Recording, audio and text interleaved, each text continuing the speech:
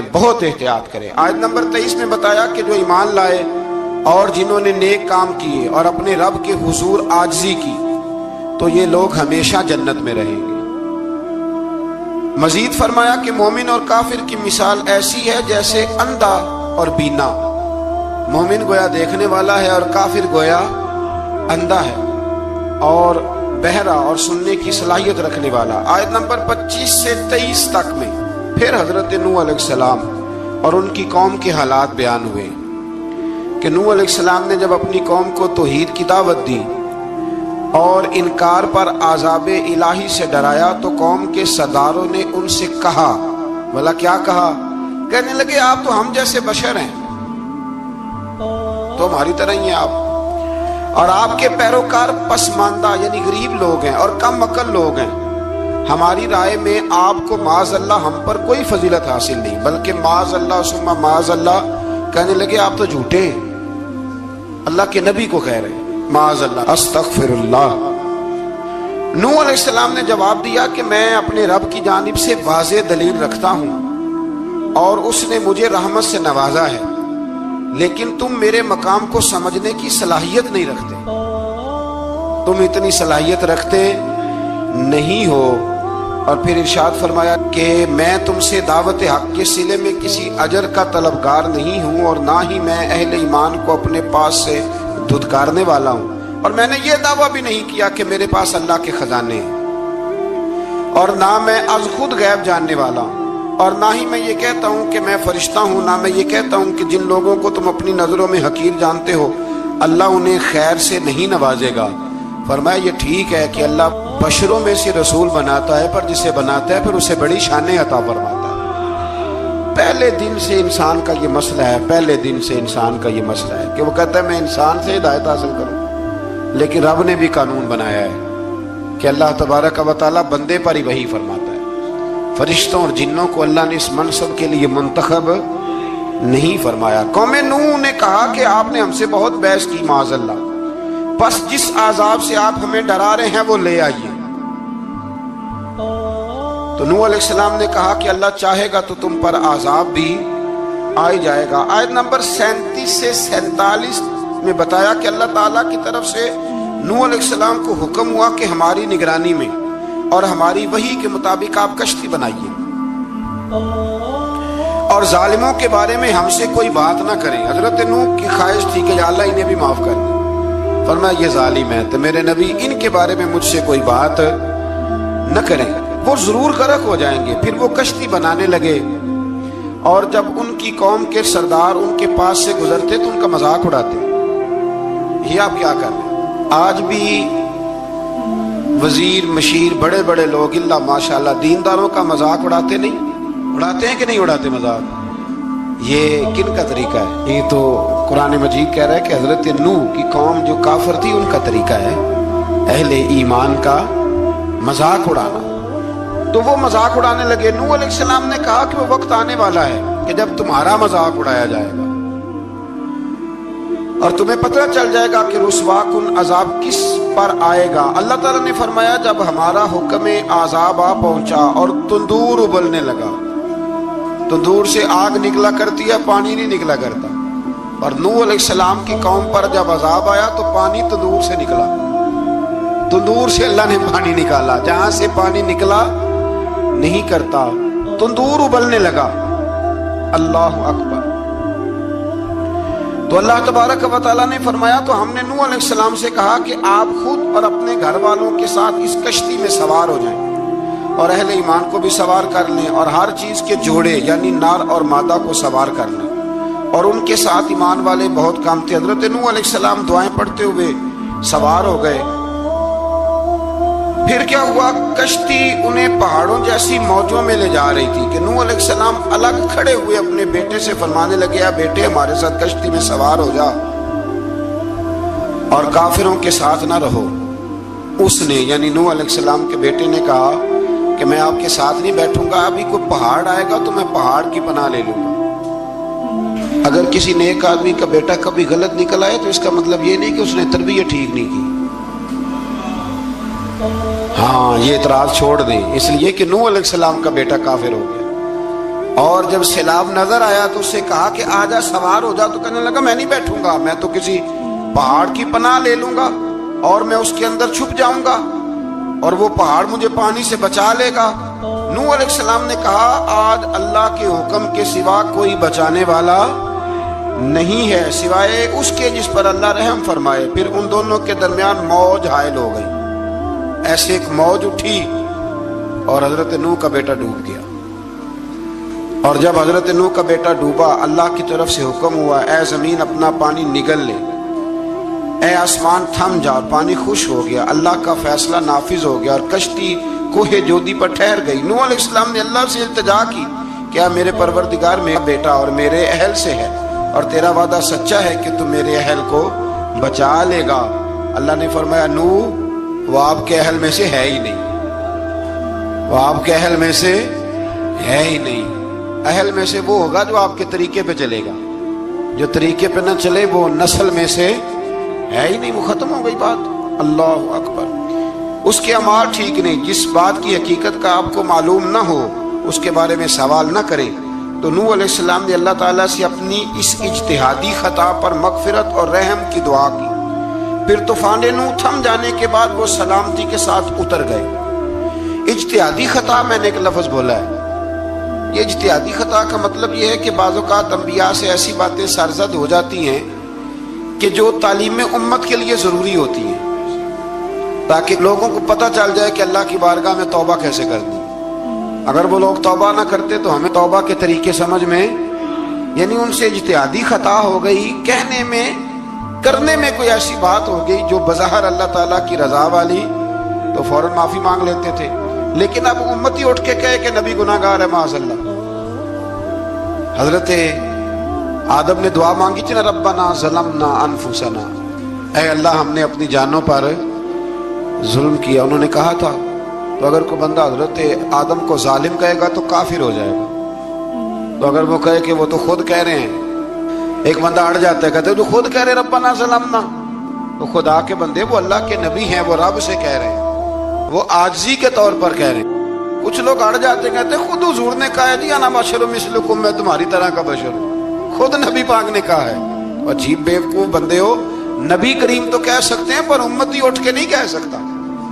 اس نے تو کہنا ہے وہ حبیب اللہ ہے، اس نے تو کہنا ہے وہ قیامت میں شفاعت کرنے والے ہیں، امتی نے تو کہنا ہے وہ سارے نبیوں کے سردار ہیں، وہ امام الانبیاء ہیں۔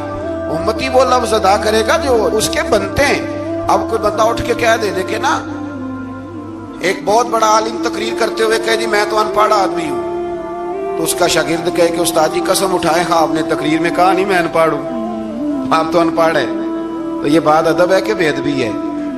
چلیں اس سے آگے چلتے ہیں، یہ بھی ذرا مشکل سے سمجھ میں آئے گی۔ ایک اور بات جو جلدی سمجھ میں آ جائے گی، ایم این اے جب اعلان کرتا ہے، تقریر کرتا ہے، الیکشن لڑتا ہے تو کہتا نہیں میں قوم کا خادم ہوں، کہتے ہیں نا کہ میں قوم کا خادم سے آپ کیا کچھ کراتے ہو؟ سارے کام کراتے ہیں نا۔ خادم کو بندہ یہ بھی کہہ لیتا ہے کہ جھاڑو دے دے گلی میں، کہتے ہو کہ نہیں کہتے؟ تو اس نے بھی تو سپیکر میں کہا میں خادم ہوں، کہو اس سے کہ جھاڑو دے گلی میں آ کے، پھر پتہ کیا حال ہوگا؟ جھاڑو تو نہیں آئے گا اور ہو سکتا ہے کچھ ہے آ جائے۔ تو اس لیے اب کوئی بندہ کہے جی انہوں نے خود کہا ہے، تو ایک کچھ پوری جماعت ہے لوگوں کی جو بات کو سمجھتی نہیں، کہتے خود کہا ہے میں بشر ہوں، انہوں نے خود کہا میں غیب نہیں جانتا، انہوں نے خود کہا میرے پاس خزانہ کوئی نہیں، انہوں نے خود کہا میرے پاس کوئی شے نہیں۔ تو اس لیے آپ سمجھیں کسی کے لفظوں پر اگر آپ گرا لگا کے بیٹھیں گے تو پھر اس سے بے ادبی ہوگی۔ تو نوح علیہ السلام نے اللہ سے اپنی اجتہادی خطا کی معافی مانگی۔ اب حضرت نوح کو کوئی خطا کار کہے گا تو بہت بڑا مجرم بن جائے گا، اس لیے کہ وہ اللہ کے نبی ہیں۔ آیت نمبر 50 میں قوم عاد کا ذکر ہے اور ان کی طرف دعوت توحید دینے کے لیے اللہ تعالیٰ نے حضرت ہود علیہ السلام کو بھیجا۔ ہود علیہ السلام نے قوم سے کہا کہ میں تم سے کسی چیز کا اجر طلب نہیں کروں گا، میرا اجر میرے اللہ کی بارگاہ میں ہے، پاس تم اپنے رب سے بخشش مانگو، پھر اس کی بارگاہ میں توبہ کرو، اللہ تعالیٰ تم پر موسلا دار بارش برسائے گا اور تمہاری قوت میں اضافہ فرمائے گا۔ قوم عاد نے دعوت حق کو رد کیا اور ایمان نہ لائے، بلکہ ہود علیہ السلام پر طنز کیا۔ وہ کہنے لگے کہ ہمارے تو معبودوں نے، ہمارے بتوں نے معاذ اللہ آپ کو پاگل بنا دیا ہے، آپ کو مجنون بنا دیا ہے۔ الٹا حضرت ہود کو کہنے لگے اس لیے آپ ایسی باتیں کرتے ہیں۔ ہود علیہ السلام نے کہا میں اللہ کو گواہ بناتا ہوں اور تم بھی گواہ رہنا کہ میں تمہارے شرک سے بری ہوں اور میں اللہ پر توکل کرتا ہوں اور میں نے رسالت کا حق ادا کر دیا ہے۔ آیت نمبر 58 میں اللہ تعالیٰ نے فرمایا جب ہمارے عذاب کا وقت آ گیا تو ہم نے اپنی رحمت سے ہود اور ان کے ساتھ مومنوں کو نجات عطا کی۔ قوم عاد نے اللہ کی نشانیاں اور رسولوں کو جھٹلایا اور دنیا اور آخرت میں لعنت کے حقدار ہوئے۔ آیت نمبر 61 میں پھر سے حضرت صالح علیہ السلام اور ان کی قوم سمود کے حالات کو بیان کیا گیا۔ حضرت صالح نے کہا ہے میری قوم اللہ وحدہ لا شریک کی عبادت کرو، اس سے بخشش طلب کرو، اس کی بارگاہ میں توبہ کرو، اس نے تمہیں زمین سے پیدا کیا ہے، اس پر آباد کیا۔ جواب دیا صالح ہمارے آباء و اجداد کے معبودوں کی عبادت کو روکنے سے پہلے ہمیں آپ سے بڑی امیدیں تھیں اور اب آپ ہمیں روکنے لگ گئے ہیں باپ دادا کے دین سے، لیکن اب ہمیں آپ کی دعوت کے بارے میں شکوک ہے۔ صالح علیہ السلام نے اپنی قوم سے کہا کہ یہ اللہ کی اونٹنی ہے اور یہ تمہارے لیے نشانی ہے، اسے چرنے کے لیے آزاد چھوڑ دو اور اسے تکلیف نہ دینا۔ اللہ اکبر، ورنہ تمہیں عذاب پہنچے گا۔ انہوں نے اونٹنی کی کونچیں کاٹ ڈالی۔ صالح علیہ السلام نے کہا تم صرف 3 دن اپنے گھروں میں مزے اٹھا لو، 3 دن، پھر اللہ کا یقینی عذاب آئے گا۔ پھر ایک چنگاڑ نے ان کو آ دبوچا، وہ اپنے گھروں میں گھٹنوں کے بل اوندے پڑے رہ گئے۔ صرف صالح علیہ السلام ان کے ساتھ اہل ایمان اس عذاب سے بچے۔ یہ 3 قوموں کا ذکر ہو گیا، نوح علیہ السلام کی قوم کا بھی، ہود علیہ السلام کی قوم کا بھی اور حضرت صالح علیہ۔ آگے اللہ تبارک و تعالیٰ نے آیت نمبر 69 میں اس بات کا بیان فرمایا کہ حضرت ابراہیم علیہ السلام کے پاس فرشتے بشری شکل میں آئے، انسانی شکل۔ انہوں نے اجنبی مہمانوں کے لیے بچڑے کا بھنا ہوا گوشت تیار کرایا۔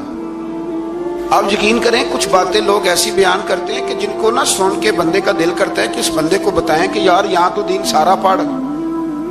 ایک صاحب مجھے کہنے لگے جی میں ایک پیر صاحب کے پاس گیا تھا تو بڑی مرغن غذائیں تھیں، انہوں نے میری بڑی خدمت کی پر مجھے نہیں اچھا لگا، پیروں کو چاہیے سادی روٹی رکھیں۔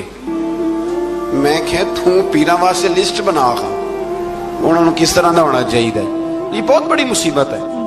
اگر آپ سادہ کھانا کھلا دیں تب بھی اعتراض ہے، اچھا کھلا دیں کہنے رولا ہے کوئی پیر چوکھے مالدار، دونوں طرف سے مسئلہ۔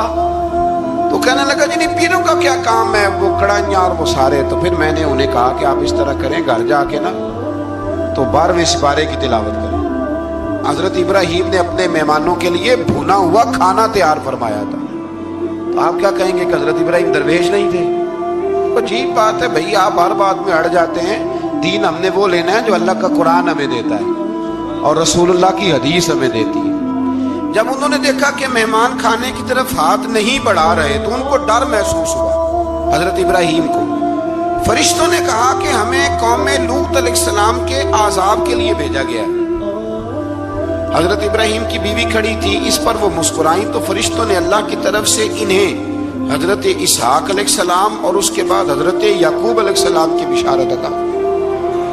اسحاق علیہ السلام حضرت ابراہیم کے بیٹے ہیں اور یعقوب علیہ السلام پوتے ہیں، اور یعقوب علیہ السلام کے بیٹے یوسف علیہ السلام۔ ہاں اللہ اگر چاہے تو 7 نسلوں میں نبوت رکھ دیتا ہے اگر اس کی منشا ہو۔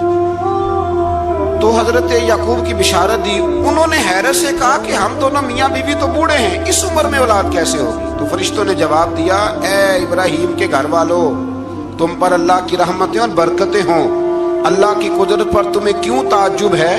اللہ فرماتا ہے کہ بیٹے کی بشارت سن کر ابراہیم کا خوف دور ہو گیا اور پھر وہ قوم لوط کے بارے میں گفتگو کرنے لگے۔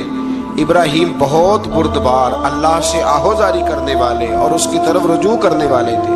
اللہ تعالیٰ نے حضرت ابراہیم علیہ السلام کو فرمایا اے ابراہیم اس گزارش سے آپ گریزہ رہیں، اس کا یقینی فیصلہ ہو چکا ہے اور ان پر نہ ٹلنے والا عذاب نازل ہو کے رہے گا۔ وہ کیا گناہ کرتے تھے لوط علیہ السلام کی قوم میں؟ میں نے بتایا تھا مرد مردوں سے بدفعلی کرتے۔ تو حضرت ابراہیم نے بھی عرض کی، بار بار گزارش کی، بحث کی کہ اللہ مہربانی فرما ان کا عذاب۔ آپ دیکھیں نبیوں کے حوصلے کتنے بڑے ہیں۔ قومیں تنگ کرتی ہیں اور طرح طرح کی باتیں کرتی ہیں اور پیغمبر پھر بھی کہتے ہیں یا اللہ مہربانی فرما، اے اللہ ان سے عذاب آیت نمبر 77 میں حضرت لوط علیہ السلام کی قوم کی بدعمالیوں اور لوط علیہ السلام کے اپنی قوم کو بدعمالیوں کے باعث فرشتوں کی آمد، قوم کے بدعمال لوگوں کے دوڑ کر آنے اور حضرت لوط کو ان کے سمجھانے اور ان کے انکار پر مضطرب ہونے کا ذکر ہے، جس پر فرشتوں نے حضرت لوط کو تسلی دی کہ آپ فکر نہ کریں، ہم آپ کے رب کے فرشتے ہیں، یہ آپ اور ہم تک نہیں پہنچ سکیں گے۔ آپ رات کے آخری حصے میں قوم کی طرف توجہ کیے بغیر ہجرت فرما لیں، اس لیے کہ صبح کے وقت ان پر عذاب آئے گا۔ جب اللہ کا عذاب آیا تو اس نے بستی کے اوپر کے حصے کو نیچے کر دیا اور قوم لوط کے اوپر اللہ کی طرف سے لگاتار نشان زدہ پتھر برسائے گئے، لگاتار پتھر آئے۔ آیت نمبر 84 میں اللہ تعالیٰ نے حضرت شعیب علیہ السلام اور ان کی قوم کا ذکر فرمایا ہے اور ان کے جرائم کو بیان کیا گیا۔ وہ ناپ تول میں کمی کرتے تھے، دوسروں کو چیزیں کم تول کر دیتے تھے۔ اللہ تعالیٰ نے ان سے فرمایا کہ فساد فی الارض سے باز آؤ اور اپنے سے پہلے سرکش امتوں کا انجام دیکھ لو۔ جب حضرت شعیب کی نصیحتوں کا ان پر اثر نہ ہوا تو پھر اللہ تعالیٰ نے انہیں بھی عذاب سے ہلاک کر دیا۔ آیت نمبر 94 میں فرمایا کہ جب ہمارا عذاب آیا تو ہم نے اپنی رحمت سے حضرت شعیب اور ان پر ایمان لانے والوں کو بچا لیا، اور ظالموں کو ایک زبردست چنگاڑ نے پکڑ لیا تو صبح وہ اپنے گھروں میں اوندے منہ پڑے تھے، گویا وہ کبھی وہاں آباد تھے ہی نہیں۔ آیت نمبر 96 میں حضرت موسیٰ علیہ السلام کو عطا کیے جانے والے 9 معجزات کا ذکر ہے۔ پھر فرعون اور اس کے پیروکاروں کے باطل روش کے باعث ان کی ہلاکت کا بھی ذکر فرمایا، اور دنیا اور آخرت میں انہیں ملعون یعنی لعنتی قرار دیا۔ جن بستیوں کو اللہ تعالیٰ نے ہلاک کیا ان میں سے بعض کے آثار موجود ہیں اور بعض کے آثار تک معدوم ہو چکے۔ ان میں سے ہر بستی والے اپنے ظلم کے باعث ہی ہلاک ہوئے۔ اللہ تعالیٰ کسی پر ظلم نہیں فرماتا، لوگ خود اپنی جانوں پر ظلم کرتے ہیں۔ جو شخص عذاب آخرت سے ڈرتا ہے اس کے لیے اس میں نشانیاں موجود ہیں۔ آیت نمبر 106 سے اللہ تعالیٰ نے انجام کے اعتبار سے لوگوں کی 2 قسمیں بیان کی، 2 قسمیں فرمایا، ایک ہیں سعادت مند لوگ اور دوسرے ہیں بدبخت۔ فرمایا بدبختوں کا ٹھکانہ جہنم ہے جس میں وہ ہمیشہ رہیں گے، اور نیک بختوں کا ٹھکانہ جنت ہے، وہ ہمیشہ اسی میں رہیں گے، اور ان کے لیے اللہ کی طرف سے نا ختم ہونے والی عطائیں۔ آیت نمبر 110 میں حضور صلی اللہ علیہ وسلم کو تسلی دی گئی کہ جس طرح یہ لوگ قرآن کے بارے میں اختلاف کرتے ہیں، اسی طرح قوم موسیٰ نے تورات کے بارے میں بھی اختلاف کیا تھا، اور اللہ نے ان کے اعمال کا پورا بدلہ انہیں دیا۔ آیت نمبر 112 سے سرکشی کو چھوڑ کر احکامات دین پر استقامت اختیار کرنے اور ظالموں کے ساتھ میل جول رکھنے سے بچنے کا حکم دیا گیا ہے، اور فرمایا کہ ظالموں سے میل جول کا انجام دوزخ کی آگ ہے۔ ہم لوگ نہ شکوہ کرتے ہیں، کسی حکومت کو بنے ہوئے 6 مہینے گزرتے ہیں تو شکوہ شروع ہو جاتا ہے، حالانکہ وہ خود تو نہیں نہ بنتے، ان کو کوئی بنانے والا ہے۔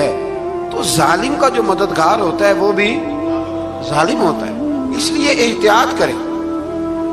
اور یہ صرف سیاستدانوں کی بات نہیں، دنیا کے ہر معاملے میں آپ غور کریں کہ آپ کسی ظالم کے مددگار تو نہیں۔ اللہ تعالی ہمیں حق پر استقامت عطا فرمائے۔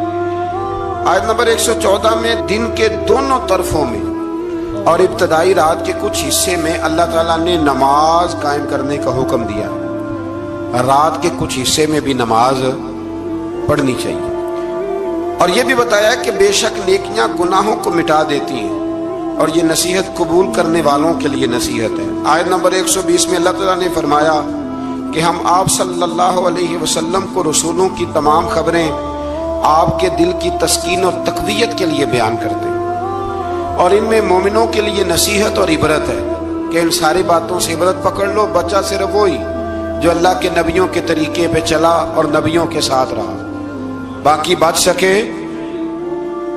نہیں۔ اللہ تعالیٰ کی طرف سے توحید و رسالت اور وقوع قیامت کے دلائل بھی ہیں۔ آیت نمبر 123 میں فرمایا کہ آسمانوں اور زمینوں میں سب غیب اللہ ہی کے ساتھ مختص ہیں، اور ہر کام اسی کی طرف لوٹایا جاتا ہے۔